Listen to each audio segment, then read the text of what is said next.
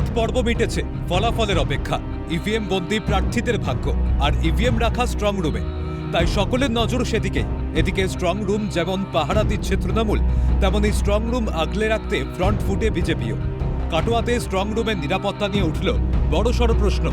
অভিযোগ তুললেন বিজেপি প্রার্থী কৃষ্ণ ঘোষ। শুক্রবার সকালে স্ট্রং রুম পরিদর্শনে গিয়েছিলেন তিনি। তখনই তার চোখে পড়ে অবাক করা কাণ্ড। জানা গেছে কাটোয়া, কেতুগ্রাম ও মঙ্গলকোট এই তিনটি বিধানসভার ইভিএম মেশিন কাটোয়া কলেজে রাখা হয়েছে। অভিযোগ, সেই স্ট্রং রুমের পিছনে একটি মই রাখা ছিল। পাশাপাশি সেই অংশে একটি ভাঙা পাঁচিলও নজরে আসে। এই ভাঙা অংশ দিয়ে যে কেউ যাতায়াত করতে পারে, অথচ সেখানে কোনো নিরাপত্তা কর্মীর উপস্থিতি ছিল না, জানিয়েছেন বিজেপি প্রার্থী। এই নিয়ে মহকুমা শাসকের কাছে অভিযোগ জানান। এরপরেই ঘটনাস্থলে অবস্থান বিক্ষোভে বসে পড়েন কৃষ্ণ ঘোষ সহ বিজেপি কর্মীরা। এই জায়গাটার পাঁচিলটা পুরো ভাঙা, এরকম দু জায়গায় পাঁচিল ভাঙা রয়েছে, যার গাঁথনি করা হচ্ছে। এই যদি কাছে ক্লোজ আপে আমি আসি, তাহলে দেখা যাবে এইখান থেকে পুরোপুরি যে দৃশ্যটা আমরা দেখতে পাচ্ছি, এখানে কোনো নিরাপত্তা রক্ষী নেই, আধা সামরিক বাহিনী নেই, ডিপ্লোম্যাট করা হয়নি। বিজেপি প্রার্থী জানিয়েছেন, ভাঙা পাঁচিলটি আগে ত্রিপল দিয়ে ঢাকা ছিল। সেই পথ দিয়েই আগে ইভিএম আনা নেওয়া হয়েছে। সেখানে নিরাপত্তার বড়সড় ফাঁক থেকে যেতে পারে বলে আশঙ্কা করলেন তিনি। প্রশ্ন তোলেন, সামনের দিকে নিরাপত্তা থাকলেও পিছনের দিকে বড়সড় গাফিলতি রয়েছে, মই কেন রাখা হবে?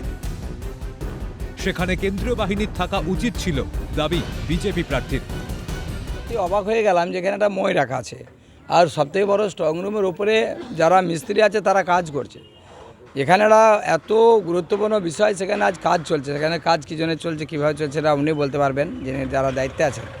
কিন্তু আমি প্রশাসনকে বলবো, পিছনের দিকে পুরোপুরি গার্ড দেওয়া, মইকে সরিয়ে দেওয়া।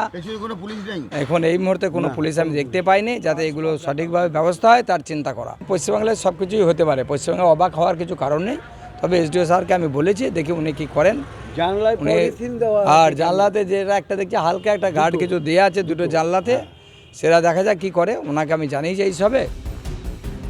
অভিযোগ পাওয়ার প্রায় 20 মিনিট পর ঘটনাস্থলে পৌঁছান কাটোয়ার মহকুমা শাসক। তিনি বিজেপি প্রার্থীর সঙ্গে কথা বলেন। আলোচনার পর বিক্ষোভ উঠে যায়। তবে সংবাদ মাধ্যমের সামনে ওই বিষয়ে কোনো মন্তব্য করতে চাননি তিনি। এলাকা জুড়ে সিসিটিভির নজরদারি এবং নিরাপত্তা বাহিনী মোতায়েন রয়েছে। কাল সারাদিন ওপেন ছিল, রাত ওপেন ছিল। এখানে গার্ড দেখেনি বলে ওনাকে আমি বলেছি। ওরপরে দুই জায়গায় ভাঙা আছে, আর এক জায়গায় ভাঙা আছে। তো উনি বলেছেন ঠিক আছে, আস্থা দিচ্ছি। উনি এসেছিলেন, দেখে গেলেন। আরও যারা এসেছিলেন, কোনো চিন্তা নেই, এটাই উনি বলে গেলেন যে আমি আমার ব্যবস্থা করছি। এখন আশ্বস্ত হয়েছেন? অবশ্যই প্রশাসন পুরোপুরি ভাষা দিয়েছে, উনি করছেন। এবার দেখা যাক বাকিটা। অন্যদিকে তৃণমূল প্রার্থী ও পূর্ব বর্ধমান জেলা তৃণমূলের সভাপতি রবীন্দ্রনাথ চট্টোপাধ্যায়ের অভিযোগ, স্ট্রং রুমে প্রায় 19 মিনিটের জন্য লোডশেডিং বা ব্ল্যাকআউট হয়েছিল। তার প্রশ্ন, কেন হঠাৎ করে এই ব্ল্যাকআউট হলো? এই নিয়ে কাটোয়া মহকুমা শাসকের কাছে ব্যাখ্যা দাবি করেছেন। শুধু বিদ্যুৎ বিভ্রাটি নয়, ওই সময় স্ট্রং রুমের ভিতরে কয়েকজন অজ্ঞাত ব্যক্তিকে দেখা গিয়েছিল। সেই সময় ভিতরে কারা ছিলেন এবং তারা কি করছিলেন, সেই নিয়েও সরব হন তৃণমূল প্রার্থী। সেই অবস্থায় আশঙ্কা ছিলই। আর দেখা গেল যে 3 জন সরকারি কর্মচারী যারা স্ট্রং রুমের বাইরে ঘরে ঢুকে আছে। যদিও পরে দেখা গেল যে তারা ওই সিট অ্যারেঞ্জমেন্টগুলো করার কাজ করছিল। এমনি ঠিকই আছে দেখলাম, কিন্তু কাকতালীয়ভাবে ওখানে ব্ল্যাকআউট হয়ে গেল, সেটাই আমাদের একটা আশঙ্কায় ফেলেছিল।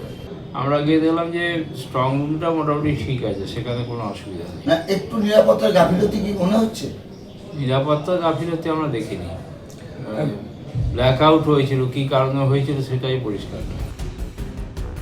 সব মিলে 2026 সালের বিধানসভা নির্বাচনে কাটোয়ার স্ট্রং রুম বিতর্ক যেন কিছুতেই পিছু ছাড়ছে না।